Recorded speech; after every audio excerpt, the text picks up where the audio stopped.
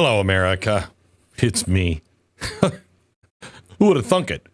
Hey, I got a little rumbly in my tumbly that maybe some bad things might be coming our way, economic. Now, I want you to know I'm reading this new book called 1929. It's all about the crash and what happened to the year building up to the crash. And so I might be a little too deep into that because I keep reading it going, that's happening right now. That's happening and that's happening and that's happening. So I don't know. I mean, but history teaches us that, history rhymes. Doesn't repeat itself exactly, but it rhymes. The end of the year economic data is beginning to come out. And to say that it's not the best might be an understatement.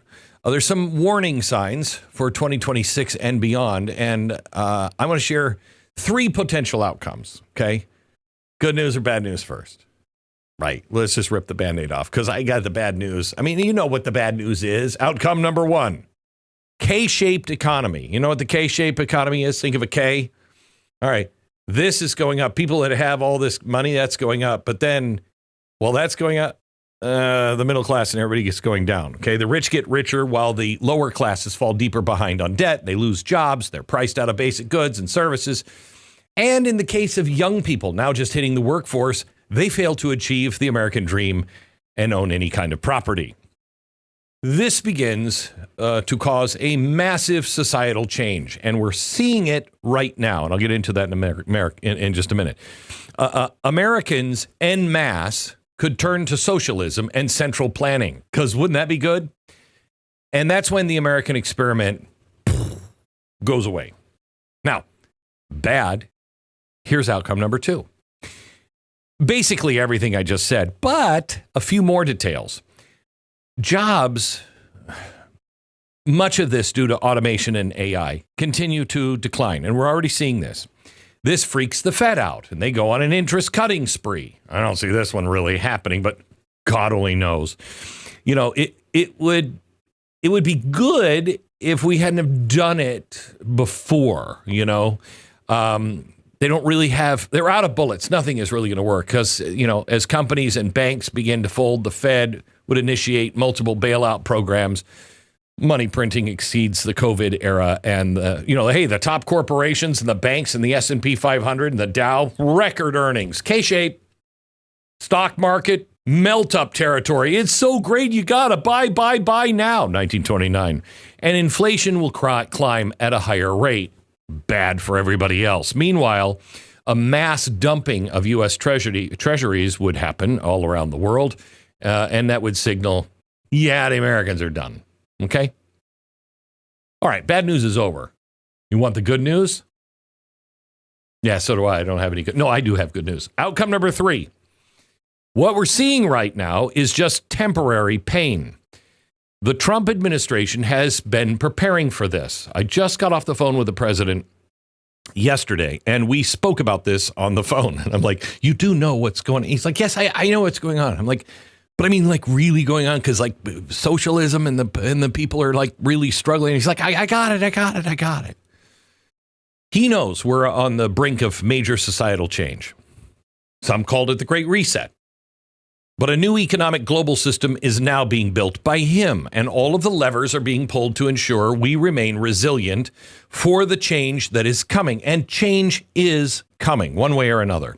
And we're at the threshold of another industrial revolution. This shouldn't shock you. This is stuff we've been talking about for a very, very long time. Remember the episode I did where I said it's the 4th industrial revolution, where, you know, all the change that happened from, you know, fire until today are going to happen in the next 4 or 5 years? Yeah. So profound change is coming. How we navigate this new world depends on the moves that we're making right now.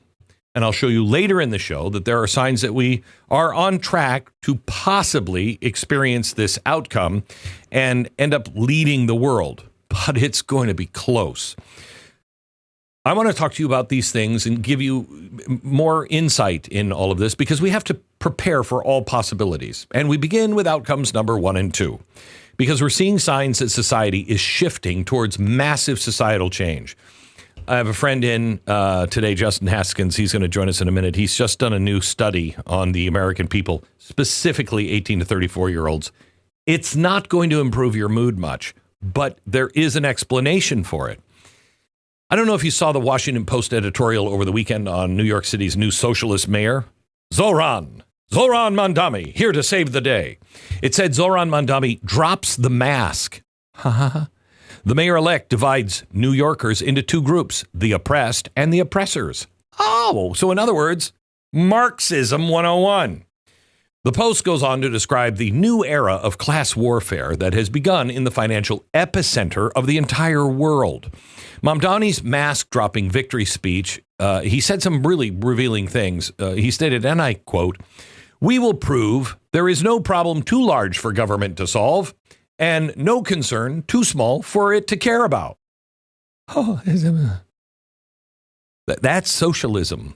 I mean, you know, all of it, everything from culture to housing to rent to groceries, what you do, where you go, business, all centrally planned.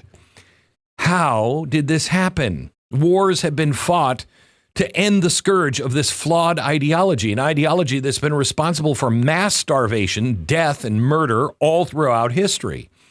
Well, the Washington Post highlighted exit polling that showed who actually voted for Mamdani. And it, surprise, surprise, wasn't the New Yorkers that were born in New York City. His base are newcomers to the city, and most of them have very advanced degrees, so they're much, much smarter than you, Lovey. Now, listen to this quote from the Post because it's amazing. Quote, "Apparently, living in New York for decades and witnessing what does and doesn't work when it comes to running a city offers more wisdom than grad school." Oh. The youth and recent college educated are now turning to socialism. Great. Listen to this from Mamdani's victory party. Listen. Now, socialist is not a dirty word anymore. What do you say? Socialist is not a dirty word anymore. Well, that's why they jumped to communists, right? You got to be communist. Yeah, you socialist. They immediately jumped to communist. Socialist is not a dirty word anymore. Democrats, listen up. Take some lessons. Socialism is no longer a dirty word, and Democrats, you better take some lessons. And I love how they immediately jump to communism, that remark. Can you believe they say that we're communists? Yeah, I wonder why.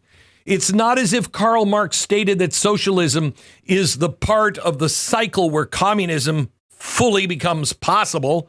It's not like Marx said socialism means full state control, and then communism happens when the state fades away due to full utopian bliss.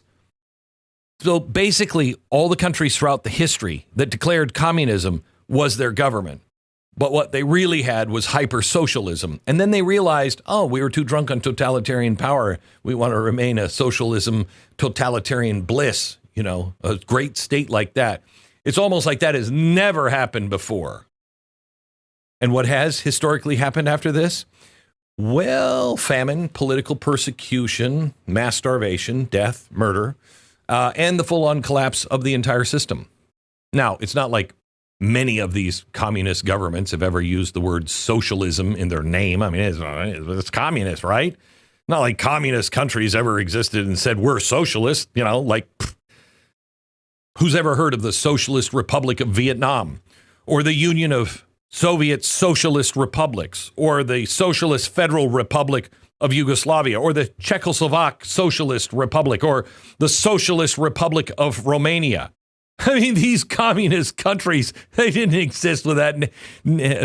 Oh, they did. Wow, that's weird. They were all socialist. Huh.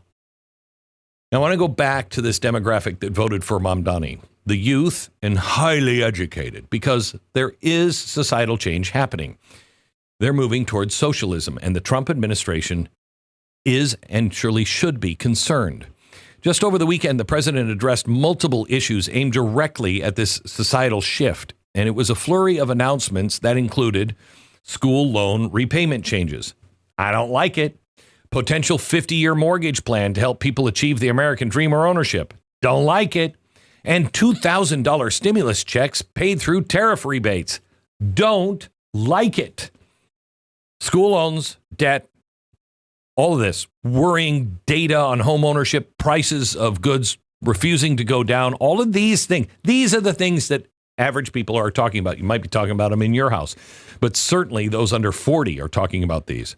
These are the things the government is clearly worried about, and they are also the things that have driven many Americans to now view socialism as a viable option, because nobody ever defines it. Oh, it's like Sweden. We're way past Sweden. Now, you might have even seen this email from Peter Thiel to people like Mark Zuckerberg back in 2020, and it sums up the massive societal change and the bend towards socialism that we're beginning to see now. Thiel comments that 70% of millennials say they are pro-socialist and that we can't just merely dismiss them as stupid, but instead try and understand why. Thiel mentions a broken generational compact. Quote, when one has too much student debt or if housing is too unaffordable, then one will have a negative capital for a long time and or find it very hard to start accumulating capital in the form of real estate. And if no one has a stake in the capitalist system, then you might as well turn against it. Okay, all of that is logical. If we're to avoid this massive societal shift, we have to fix this. But how? When socialism becomes more widespread, it will be marketed like a workers' movement to ease all of the pain, free everything. And it's going to be sold as free and fairness. I mean, what do we have to fix? You're watching the show right now, you probably know exactly what the issues are. You're probably in one form or another feeling this pain. What would you do? What should the president do? Because only a long-term fix, but do we have the patience for long-term fixes? When we come back, I'm going to show you the data, and it's not so great. But I'll also show you what I think we're driving towards next.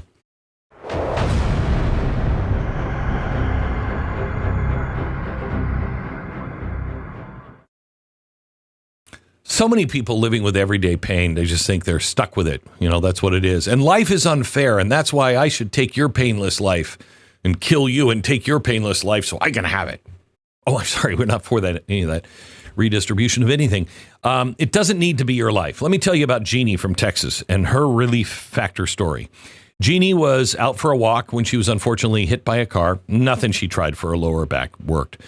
Her husband heard about Relief Factor, and so Jenny said, sure, it's worth a try. Well, Relief Factor worked beautifully for her. Her pain decreased, her range of motion increased, and she says to say I'm grateful is an understatement. If you're living with aches and pains, see how Relief Factor, a daily drug-free supplement, could help you feel better and live better every single day. Give their 3-week quick start a try. It's $19.95. In a few weeks, even days, feel the difference Relief Factor will make. You don't have to be stuck living with pain. Try this, please. ReliefFactor.com or call 800-4-RELIEF. 800, the number 4, RELIEF. In January, I'm starting something new, a new part of my career, and I'm calling it The Torch, and it's based in education. And we're going to be getting into socialism. We're going to get into, the Marx brothers, except this time it's, Karl Marx and then all of his acolytes, Mussolini, Hitler, Stalin, and I'm going to try to teach exactly what this is in a way that, if you're a student, you've never seen any of this before. You don't know what it is. And before I get into the current economic data, the realities turning young people to socialism are so raw and real. But I first want to give you the reason why we got here in the first place. We're not a capitalist society. We're not a free market society. We haven't been for a very long time. Progressivism has been eating at it for over 100 years, and there's almost none of it left now. And no matter how successful capitalism has been, not only for this country, but the entire world, no matter how many millions it has brought people up and out of poverty, how many millions it has led to the greatest living standards in the history of the world, this is what happens. The central planners, they enter the game. This usually happens after capitalism wins, and the central planners are there, and they're like, we can fix this, even make it even better. And then they're defeated, and then decades of prosperity ensues. But like cockroaches, they come crawling back from underneath the fridge. Little by little, the central planners begin perverting the system. Sometimes it's through the Fed. Sometimes it's through government policy. But the profitable system, little bits at a time, changes. Look at how healthcare has changed. Has it gotten better? Do you remember when Obamacare, we were arguing about it? I'm like, it's not going to work. It's going to make things worse. Oh no, Obamacare, you're going to save $2,000 average. Did you save the $2,000? Have you saved $2,000 even over the last 15 years? No, it's gotten worse. And so what are they doing? We got to make it bigger. We got to put more money into it. No, you should go the opposite direction. But if you shove enough central planning into capitalism, people eventually get pissed off at capitalism because they're like, that doesn't work. That's capitalism. You and I are like, that's not capitalism. But they begin to blame it for all their problems. And that's what central planners want. So then they turn towards central planning and socialism. The guys are like, we haven't tried this yet. Yes, we have. This is the decades-long wild ride we've been on. Let me show you a graphic here. This shows the money supply from 1960 to today. The gray parts are showing recessions or economic crisis. Every time we hit a trouble spot, the play from the Federal Reserve and the government has been to print or bail our way out of trouble, right? The worst jumps were after the 2008 financial crisis and then the insane jump during COVID. Whoa. We're a debt-driven economy, and with every jump and printing extravaganza, we push prices, affordability, and debt and default closer over the cliff. And even worse news, this policy has not stopped. Over the past year, the money supply is still on a steep climb upwards. Why? Because we're not stopping spending. Inflation just keeps rising, and the Fed continues to print and bail out. Over the past 5 years, the Fed has initiated 13 bailout programs. Did you know that? Actually, it's worse. This is only the public information. God only knows what they've been doing behind closed doors because you can't audit their books. Because they're the 5 biggest banks, and you wouldn't want to know what the 5 biggest banks are doing. This is the real problem, and no one wants to admit it. Nobody can. I don't know why, but they won't. I guess maybe because that would mean we have to make cuts that would be politically inconvenient. We'd have to start going, wait a minute, what is happening with our money? What are you banks doing exactly? Promises have been made to constituents. Constituents have become enslaved to federal programs. And until we address all of this, from what are you doing at the Federal Reserve to no, you can work, nothing's going to change. My favorite line, nothing changes if nothing changes. We keep voting for change, right? But nothing really changes. So nothing will change. The economic data we're currently seeing, now the government has been closed for the last 2 months, so we're not really seeing the numbers, but some of them are leaking out, and it's not good. And those realities are what are turning young people into red flag waving socialists, and it will continue. These are the current realities. Let me give you this. The median age for first-time home buyers has rocketed now to 40 years old. Okay, the median age in 1981 was 29. You're 40 before you can buy your own home. Youth are effectively blocked from the home ownership and the American dream, as high home prices and interest rates for mortgages have created the worst buying conditions on record. A 50-year mortgage, it's not going to solve this crisis. I mean, it'll reduce your mortgage by $2,000, but you're going to end up paying twice as much for the house. We're going to tell young people that the massive debt they already have can get extended 50 years so they can buy a home that they really can't afford anyway. And speaking of debt, let me show you this. Americans now have a record $18.6 trillion in household debt. A record $13.1 trillion in mortgages, a record $1.7 trillion in auto loans, a record $1.7 trillion in student loans, and a record $1.2 trillion in credit card debt. You know, we are number one. It's good that these are all records, right? That's a lot of cabbage. It's a lot of cabbage. I don't know how we pay all that off. Now, the realities for people trying to pay off that debt, student loans, serious delinquencies. They have surged to 14.3 in the third quarter. What? Auto loan delinquencies rose to their highest level since 2010. Credit card delinquencies has risen to 7.1, which is on track to reach their highest level in 14 years. And jobs? Well, jobs in October, the layoffs were the highest in 22 years. Total job cuts for 2025 have now passed 1 million. That has only happened 4 times in the past 3 decades. 2001, the dot-com crash, 2008 and 2009, the financial crisis, and COVID. Many of those job cuts are all due to government scaling down, which is good. But the organization that compiled this data also blamed the beginning implementation of artificial intelligence. And we're only in the opening salvo of AI adoption. I have been warning and saying, we've got to talk about this. We've got to talk about it before it's here. Well, it's here now. So we really have to talk about it because it's going to get a lot worse. The last time this many jobs were cut in October was 2003. The losses then came from the telecommunications industry as another society-altering technology began to decimate its legacy competitor. That technology was the cell phone. Now consider what AI is going to do when we all adopt AI.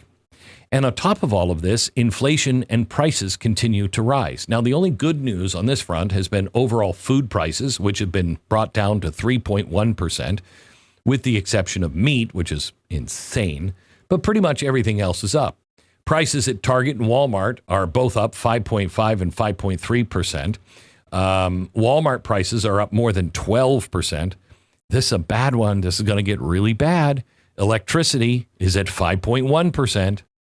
If all of this continues at this rate, what happened with Mamdani in New York will spread. You'll see an AOC for president. People will be in pain. And if there's no one on our side actually offering a fresh idea, they're going to run to the marketing campaign of socialism is neat. But earlier, I mentioned option 3. When I interviewed President Trump at the White House a few months ago, I asked him very specifically what he was trying to do. Was he trying to reshape the global system that was built after World War II? Watch what he said. This is pure conjecture here, but in trying to understand you and the moves that you made, when you called the Tariff Day Liberation Day, that harkened to me back to the end of the war, World War II. And I'm wondering, because of all of the moves you've made, NATO, the endless wars, everything else that goes along with this, are you signaling to the world that this is not just tariffs? This is an end to the order that we built after World War II, because it might have been good after World War II for everybody, but we're not the suckers anymore. That's long past, and it's time to transform. You've said it so well, because people don't talk about that. Even I don't mention it enough. The president was trying to reshape a global financial system to modernize it into something that is resilient and strong, and attempting all of this in just 4 years. He told me before he was elected, Glenn, I need 12. And I'm like, what are you?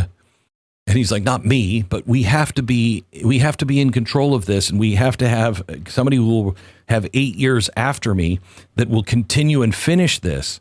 He's like, this wasn't built overnight, and I'm going to move at record speed, but this is ambitious, absolutely ambitious, and painful at the beginning.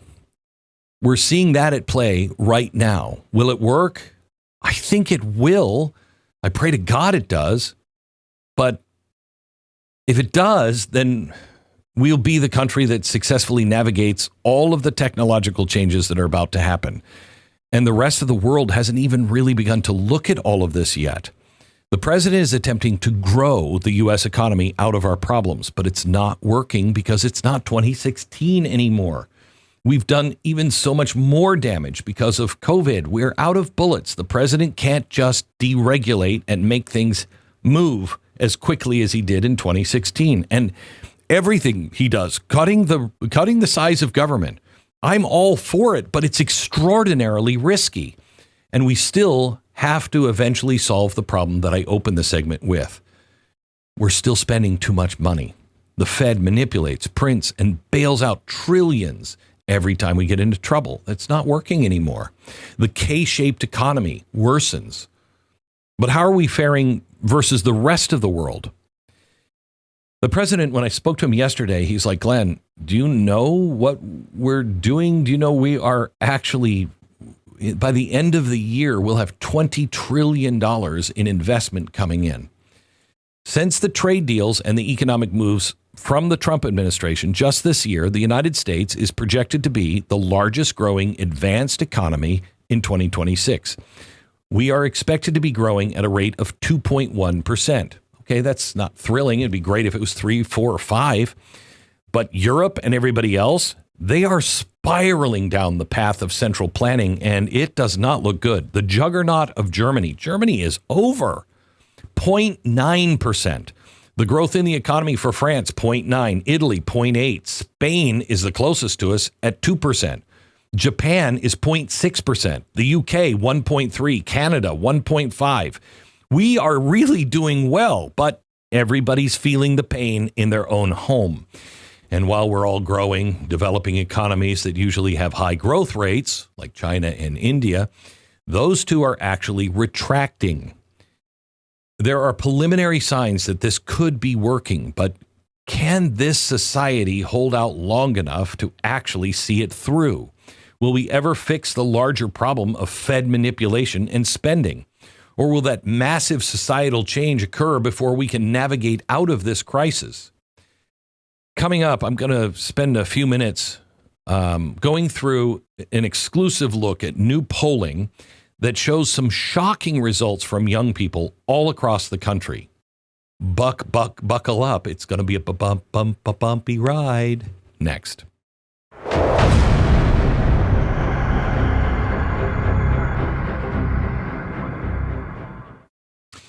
Freedom has never been free, and lately we've been reminded of just how high the cost can be. Growing violence is meant to shake us, but it should only strengthen our resolve to never really back down, right? That's why Patriot Mobile exists. For over 12 years, they've been defending faith and family and freedom while providing the same or better premium network access on all 3 major U.S. networks. Unlimited data, mobile hotspots, international roaming. They do it all. So when you switch, you don't sacrifice quality or service. You actually get the same, if not better, and then it's cheaper. Hundreds of thousands of people have joined the movement by switching their cell phone service to Patriot Mobile. Now, every time they pay their bill, they're supporting the First Amendment, the Second Amendment, the sanctity of life, our veterans, first responders. Switching is super easy. Keep your number, keep your phone, or upgrade. Their 100% U.S.-based customer service support team can activate you in minutes on the phone. So call 972-PATRIOT or visit patriotmobile.com/Beck today. Use the promo code Beck for free service for a month. It's patriotmobile.com/Beck or 972-PATRIOT and make the switch today. This is not going to be easy to transition. And if it is successful, it could take years to finally materialize. The cultural and political chaos usually follows in the wake of economics, and especially bad downturns. What happened with Mamdani in New York is not a quirk. We are in real danger here from the youth turning towards socialism on a larger scale. Joining me now is Justin Haskins. He is the vice president of the Heartland Institute, senior fellow at Our Republic. He's also my co-author of Dark Future and the author of a forthcoming book called The Next Big Crash. Justin, let me start with your book, The Next Big Crash, because I'm feeling this is not good. I was doing a lot of research last night on just the server farms that are being built and finished, and no leases yet. NVIDIA tanking and losing lots of funding. The server farms that do have people, in Mexico, in Ireland, they're filling them up, but then the electricity is not capable of holding all of it. So now it's, rolling brownouts and blackouts in places all over the country, all over the world. this is really a tough transition, and if any of it goes wrong, a next big crash happens. What did you see that made you want to write this? Yeah, there are a million factors and a million signs that we're heading toward another economic catastrophe. Almost any metric that you look at, when you compare it to what's been happening in previous decades, we should have already had the crash by now. My favorite one is the housing market. Whenever you see the ratio of income to the average price of a house reach the level that it's reaching right now, which is 7. So what that means is 7 years of your annual median income is matching the price of a home, the average price of a home. We have a giant crash. That's not normal. That's not supposed to happen. Everything is inflated. The stock market is inflated. It's not based on what these companies are actually producing. So there's a million metrics that I think are pointing in the direction of the next big crash. But the book, The Next Big Crash, is not just about that. It's about the effects of that crash. These laws have been written over many decades that have positioned, most people have no idea that this is going on, have positioned large institutions, banks and Wall Street firms to take people's property, potentially, depending on what happens, when the next big crash occurs, because you don't own your own investments, your own security investments. So people think they own their stocks and their bonds and their other security investments, your retirement account, but you actually do not own those things. Those things are owned by one singular institution called DTC, and because you don't own it, you don't have the same rights to it. And all of this, I believe, was cooked up as part of a massive conspiracy over many years. And that's what I lay out in that book, The Next Big Crash. So I'm very, very concerned about it. And I think it could be happening soon. And again, the K-shaped economy, I was talking to Tony Robbins about a year ago. And he said, the worst thing about becoming wealthy is you become wealthy. And if you haven't lost your roots, you remember who you are, you realize there are doorways that are open for you now that no average person. Have you ever heard of private banking? Average person can't have private banking. Private banking, if you have millions of dollars, you can open up, I think by invitation maybe, a private banking service, and that money stays in the bank. It's not loaned out or anything else. That money remains yours. Everybody else loses their money, but the private bank, not associated with the other bank, the rich keep their money. And I mean the uber rich. And it's tragic the way this whole system has been set up. The average person is just the loser in the end. And this one could be a really bad one, especially with what you say, what comes after. So let's get into the new poll. You did a survey of young American voters, 18 to 39 years old, on Mamdani and his policies. What did you find? Okay, very disturbing stuff is what we found. Essentially, young Americans overwhelmingly support socialism. Over half of them said that they wanted, not that they would vote for a socialist in 2028, but that they wanted a socialist president in 2028. That included, depending on which poll, a quarter to 35% or so of Trump voters. So we're talking about even young conservatives want a socialist, a big chunk of them. Over half of the people we polled said that they have a favorable view of Mamdani. And the really scary thing is that even more people, an even higher percentage, depending on the question, it was 58% to over 60%, had a favorable view of Mamdani's radical socialist policies. So it's not just that they've fallen in love with the image of who he is, they actually agree with the policies. They want a dramatic transformation of society. And at the heart of all of this is perceived unfairness. Okay, so let me stop you there, because they want the policies. I don't think they understand the policies. They hear the free stuff. They hear, you're going to have a house and you're going to have a job and it's going to be fair. That's what they hear. There's not a lot of noodling going on. And it's because they're offering to them a completely new system. They're saying this system, because if you've gone through all of this, growing up, imagine, you were born in 1995. By the time you come of age, your parents are losing their house because of either the dot-com bubble or, September 11th or 2028, then COVID. You've never seen this system work. You've never seen it do anything but bail out the fat cats. And so somebody comes along and you're not taught in school that this is a very dangerous philosophy. Of course, you're going to be for it. I mean, I understand completely why they're for it, because they just go, that doesn't work. He's saying he can fix it. That's new. I haven't heard that before. Yeah, I want that. That's why they want a socialist. It's not that they're for socialism. They're for what it sounds like socialism is. Would you agree with that? That's 100% right. Yes. Young people are willing to vote for just about anyone.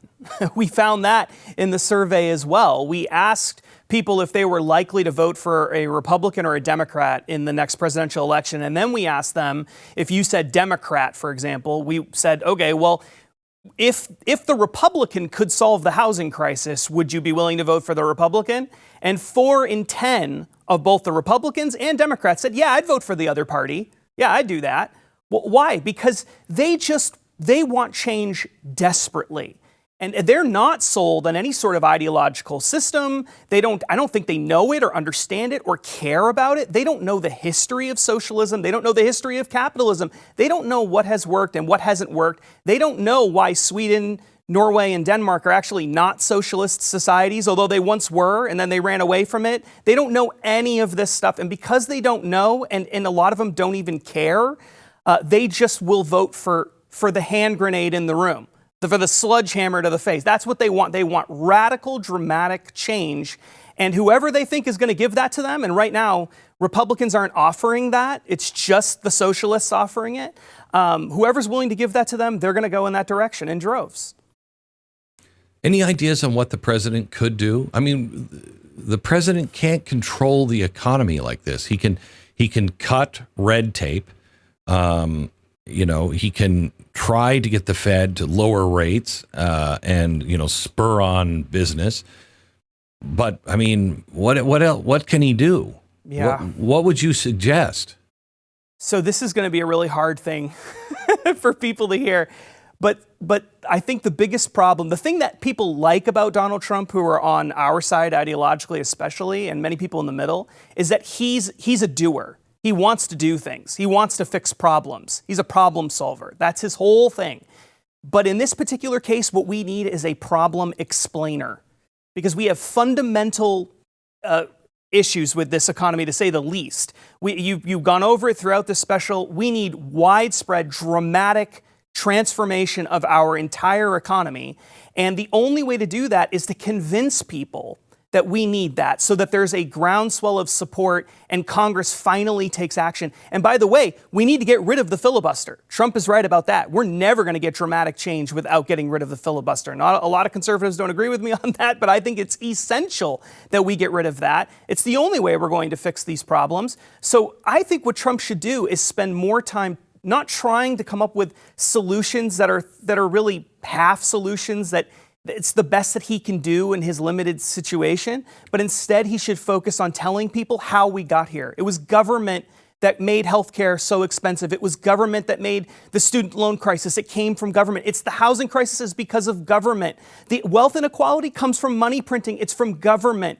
They're the ones who created these problems, and we can solve them, but it's going to take work from Congress and from the states. It's going to be a big, big overhaul, and people need to be convinced of that. And right now, they just aren't.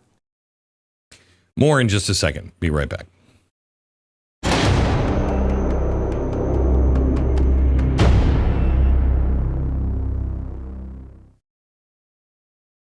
The seasons are shifting, the air's getting cooler, and the days are getting shorter. And while you're switching out the wardrobe or putting on an extra blanket on the bed or something, something else is happening, something that, you don't see until it's already inside. It's inside the house, and it's under your refrigerator. It's a cockroach or some sort of pest that is, moving in. The ants, the spiders, the silverfish, all of it looking for the same thing. Warm place to hide out for the winter. They're homeless. Open your doors to these poor homeless refugees from the cold outside. Nope. Unless you've made it clear they're not welcome, they're coming. And that that is hard to do if you don't have the right pest control company. Moxie, I think, is that right pest control company. They know exactly how this plays out because they've been through it 1,001 times. And they don't just show up and spray something around the house. They plan, they strategize, they build a perimeter. They protect what's yours from everything that isn't yours. This isn't just about bugs. It's about the line between what's out there and what belongs inside your home and should remain outside. The seasons may change, but your peace of mind doesn't have to. And right now, you can celebrate 25 years in the business. You can get your first pest control service for just $25. All you have to do is go to moxieservices.com/Beck.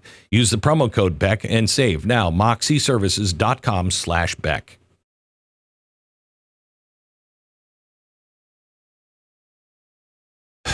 Justin, I spoke to two people yesterday that are huge constitutionalists, nobody that you would know. And I'll call them from time to time and ask them for advice. And I said, I want to know what your thoughts are on the filibuster and also what the Supreme Court is deciding on tariffs, because the Constitution is clear, really, on both of those things.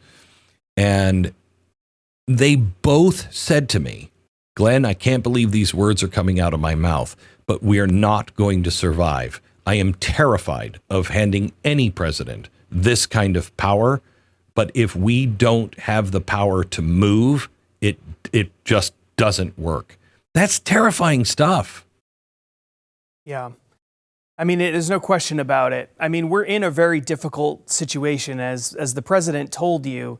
He needs like a decade at least to fix this. He does. And that's the problem.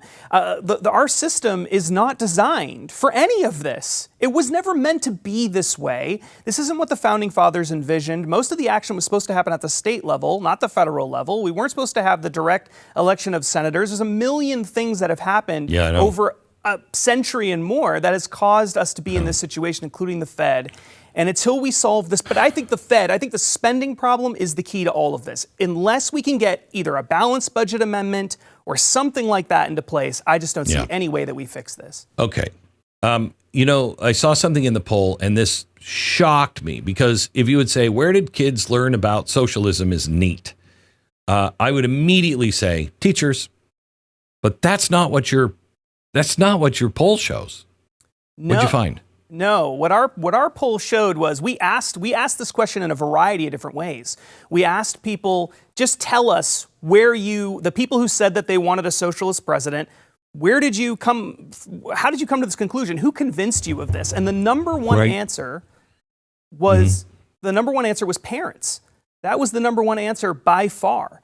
And then the number two answer was online videos and information like that, a combination of different kinds of media. But parents and grandparents, family, that was the number one source of information. So then we started asking questions about, well, what about your parents? Whether you like socialism or not, did your parents like socialism?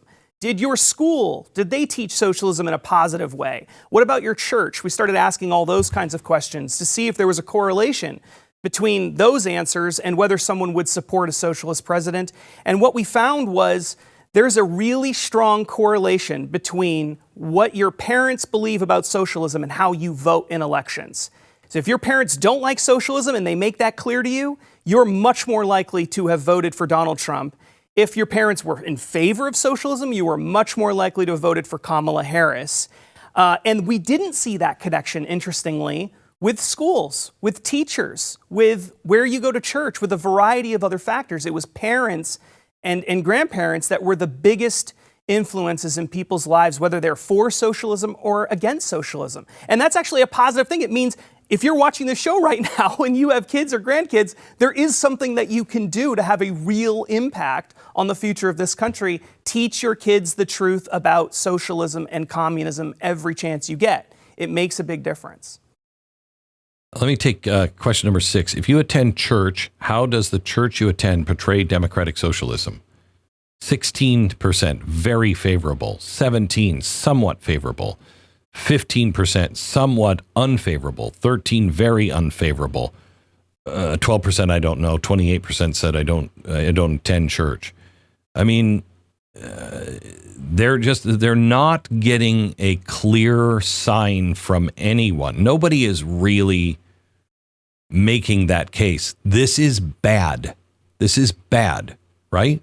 The churches have totally abandoned this issue. Churches are dead. The churches have completely abandoned it, and they have no influence on how people think on important issues in this country anymore, because they've been weak and they've been asleep at the wheel. And this is across denominations. This is across time. It's been going on for a while now, and now we're seeing the results of it. So that's one of the biggest reasons that we have the degradation of our society, is that churches have not been teaching the truth about it. And the church leaders of all people should be ashamed of themselves for not doing it, because who are the first people who are often persecuted by socialist and communist regimes around the world? It is the churches. It is the Christian people especially. And so the fact that they've just ignored this is just astounding and disgusting. Well, I don't want to judge anybody, but they're all going to burn in the fires of hell. Look at this. The Mamdani's proposal for state-run or city-run grocery stores, socialist grocery stores. I'm old enough to remember what those all looked like in socialist countries. 27% strongly support, 31% somewhat support. After that, it's 15% strongly oppose, 15% somewhat oppose. I mean, it's double in favorability. Is that because they never saw what socialism does? This is why we desperately need things like the torch, because I don't think that people know the history of it. Our kids have been completely unprepared for socialism. They have no idea what they're up against at all. They don't know the history of it. They don't know the history of how catastrophic it's been. And so they hear these ideas, and it's like the people who heard them for the first time 100 years ago or 50 years ago, they believe it. They have no reason not to. And so we have to get back to basics and teach our children and grandchildren the truth before it's too late. If we don't do that, we're going to end up with communism. We're going to end up with blood in the streets. That's how it always ends. It's the same thing every single time. Except you have the really kind of special advantage here of having AI, and you cover that. And the numbers are a little disturbing on when, hey, would you be, if they could solve your problem, would you be for AI just taking over and taking the jobs of the humans that, are running the country? Yes. We're going to get into that tomorrow on radio. Justin, thank you so much. Thanks, Glenn. I really appreciate it. Justin Haskins, join me tomorrow on radio, because we're gonna go through this piece by piece, and the AI stuff is really quite disturbing. That'll be tomorrow on radio.